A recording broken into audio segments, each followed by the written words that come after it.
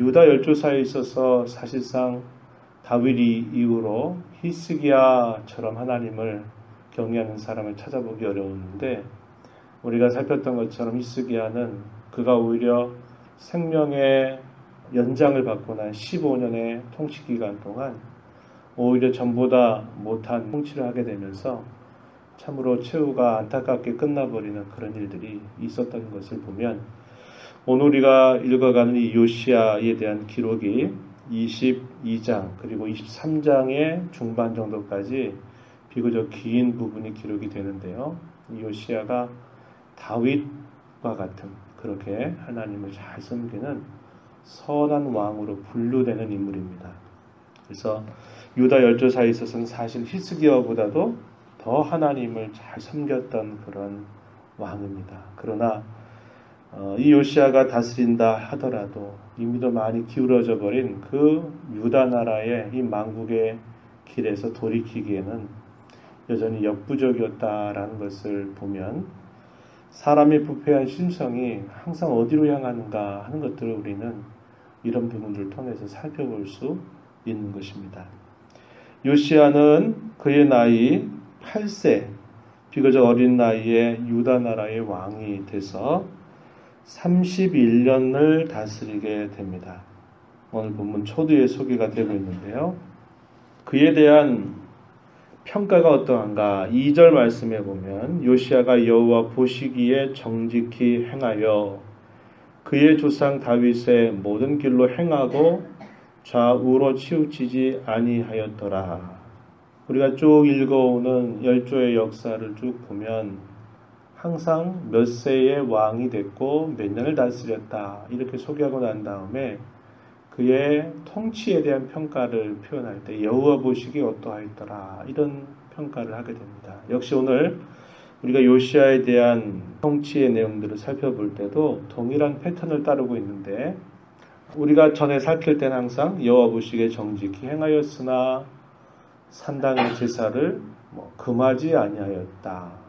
유다 열조의 끊임없는 고질적인 그런 죄목이었는데, 오늘 우리가 읽는 2절 말씀에서는 다른 표현이 등장하지 않습니다. 다윗의 모든 길로 행하고 좌우로 치우치지 아니하였더라. 그가 얼마나 하나님을 찾고 구했는가 하는 것을 우리가 이걸 통해서 살펴볼 수 있어요.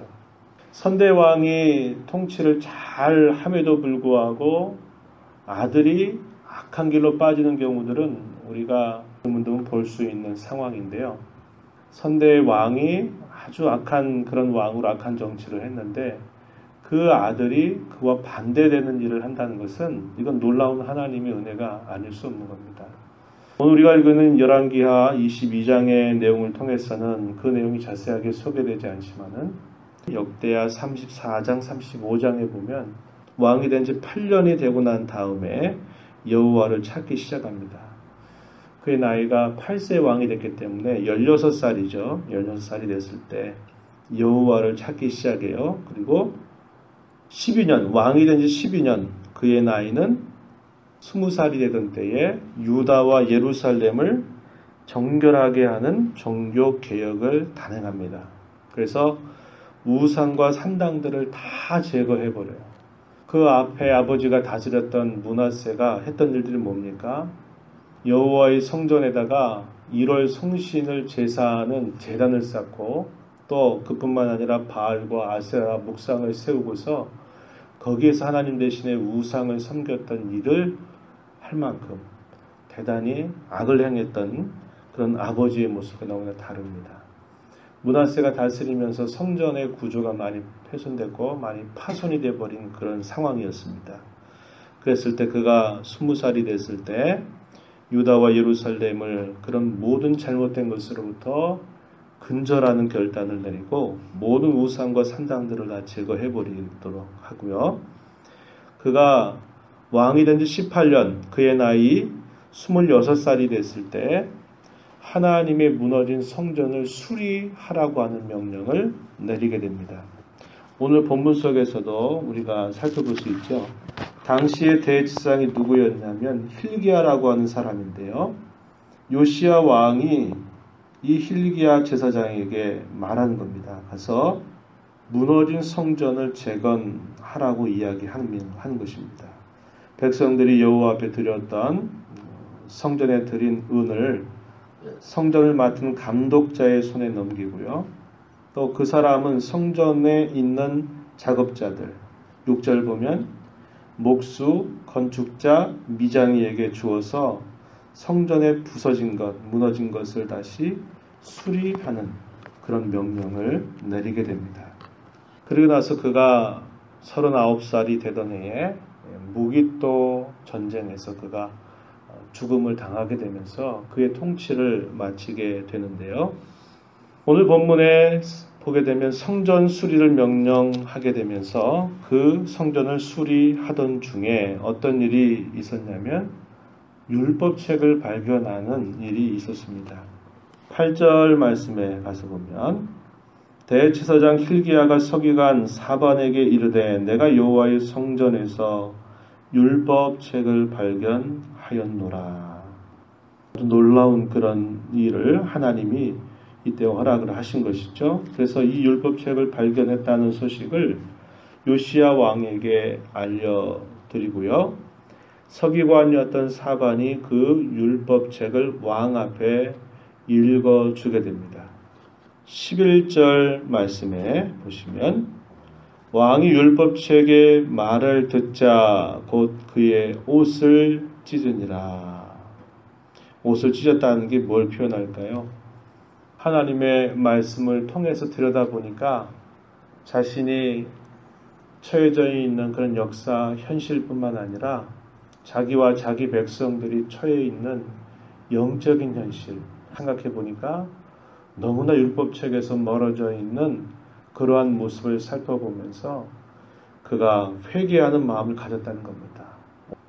그리고 나서 요시야 왕이 더 한 것이 뭐냐면 하나님의 뜻이 무엇인가를 찾고 그것을 묻습니다. 12절에 왕이 제사장 hilki야와 사반의 아들 아히감, 미가야의 아들 악볼, 서기관 사반과 왕의 시종 아사에게 명령해서 이렇게 말하죠. 12절에 너희는 가서 나와 백성과 온 유다를 위하여 이 발견한 책의 말씀에 대하여 여호와께 물으라. 말씀을 읽으면서 그 말씀에서 자신이 얼마나 멀어져 있고 자신의 백성들이 얼마나 하나님 앞에서 이렇게 악을 행하여 있는가를 발견한 다음에 거기에 멈추는 게 아니라 그렇다면 어떻게 해야 될지 하나님의 뜻이 무엇인가를 묻는 그런 자세를 취해서 이야기하는 것입니다. 이렇게 명령하게 된 배경이 무엇인가? 12절 중반에 보면 우리 조상들이 이 책의 말씀을 듣지 아니하며 이 책에 우리를 위하여 기록된 모든 것을 행하지 아니하였으므로 여호와께서 우리에게 내리신 진노가 크도다. 여호와의 진노가 너무나 크구나. 이런 상황을 그가 발견하고서는 어떻게 해야 될지를 물으려고 그 신하들에게 명령을 내리게 되죠. 그랬더니 이 신하들이 어떻게 하냐면 왕의 명령을 따라서 당시의 선지자였던 훌다라고 하는 여인에게 찾아가서 묻는 것입니다. 그래서 그 훌다를 통해서 듣는 하나님의 말씀이 어떠한가? 두 가지 내용인데요.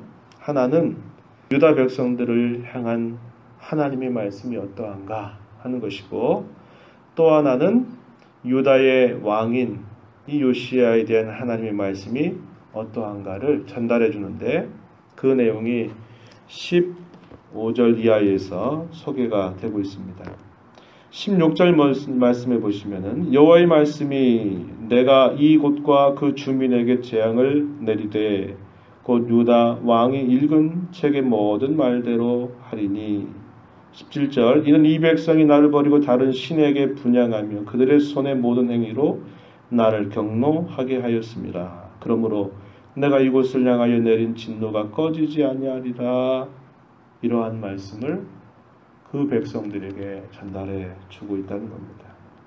하나님의 말씀이 어미롭다 한 것을 우리가 이 말씀을 통해서 살펴보게 돼요.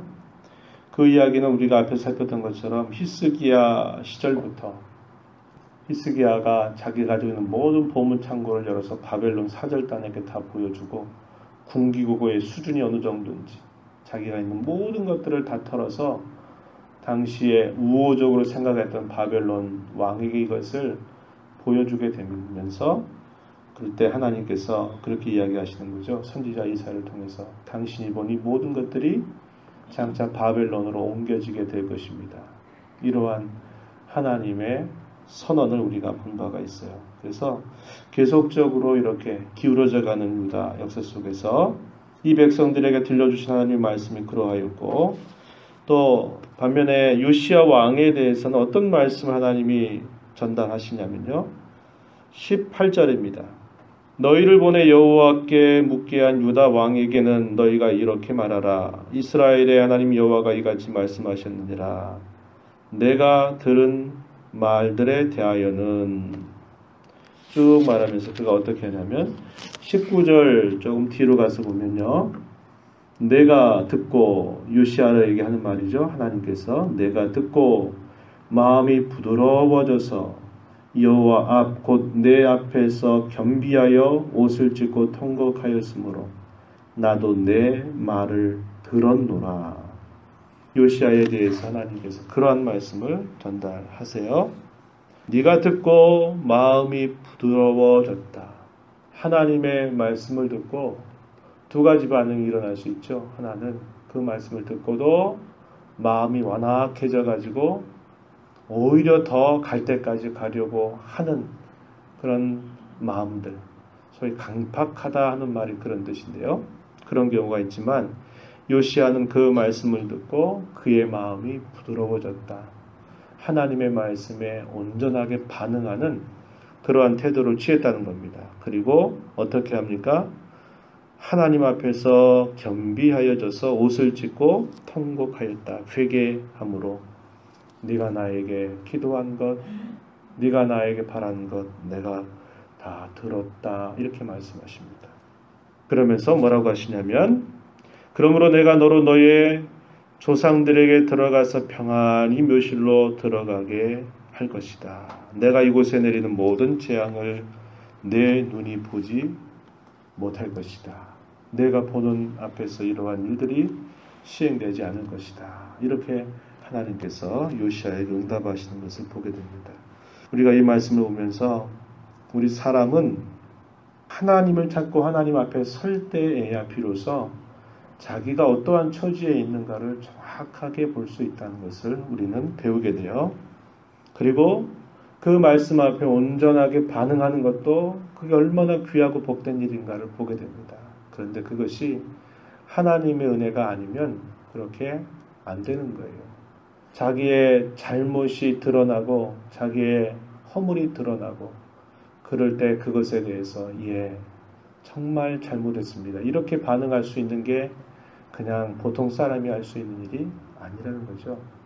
우리가 매일 새벽 시간마다 하나님의 말씀을 읽으면서 그것이 우리에게 거울이 꼭 되고 경계가 되어야 될 것이 바로 그것입니다. 새벽마다 하나님께서 말씀하시면서 우리에게 나아오실 때 그 말씀을 들으며 말씀에 내가 어떻게 반응해야 되는가 할 때는 이런 자세를 우리가 늘 사모하고 바라야 됩니다. 하나님 앞에 부드러워져서 겸손하여져서 그 말씀을 통해서 내가 어떠한지, 내가 어떻게 결단하고 돌이켜야 되는지, 내가 무엇을 지금 회개해야 되는지, 내가 무엇을 힘써야 되는지를 이 말씀을 통해서 끊임없이 우리가 교훈받고 결단하고 기도하면서 또 허락하신 하루의 삶을 그렇게 살아가는 자세를 우리는 꼭 배워야 되는 것이죠.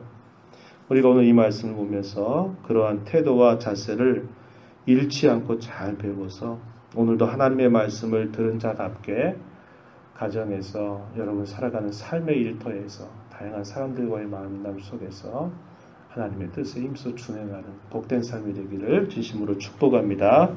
하나님 아버지 감사합니다. 이 새벽 시간에도 저희들을 인도하셔서 주 앞에 불러주시고 오늘도 하나님의 말씀을 저희가 읽고 들음으로 오늘도 저희들에게 하시는 주의 음성이 무엇인가를 함께 생각해 봅니다. 하나님 아버지, 사람이 하나님의 말씀을 듣고 마음이 완강해지는 일들은 참으로 많습니다. 때로는 저희들의 마음이 무뎌서 이게 도대체 무슨 말씀인지 마음에 새기지도 못한 채 또 지나갈 때도 많습니다.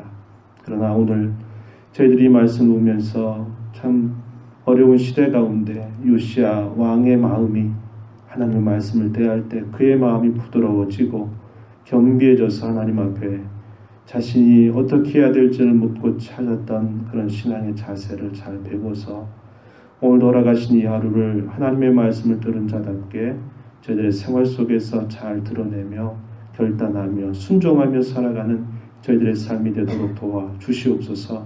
은혜의 보호자 앞에 나와 간구하는 모든 심령들을 용납하시고 기도 가운데 하나님의 음성을 듣고 하나님을 배우는 시간 되게 하시고 허락하신 이 하루 동안 더욱 주님을 가까이하고 동행하는 복된 삶을 살도록 도와주옵소서.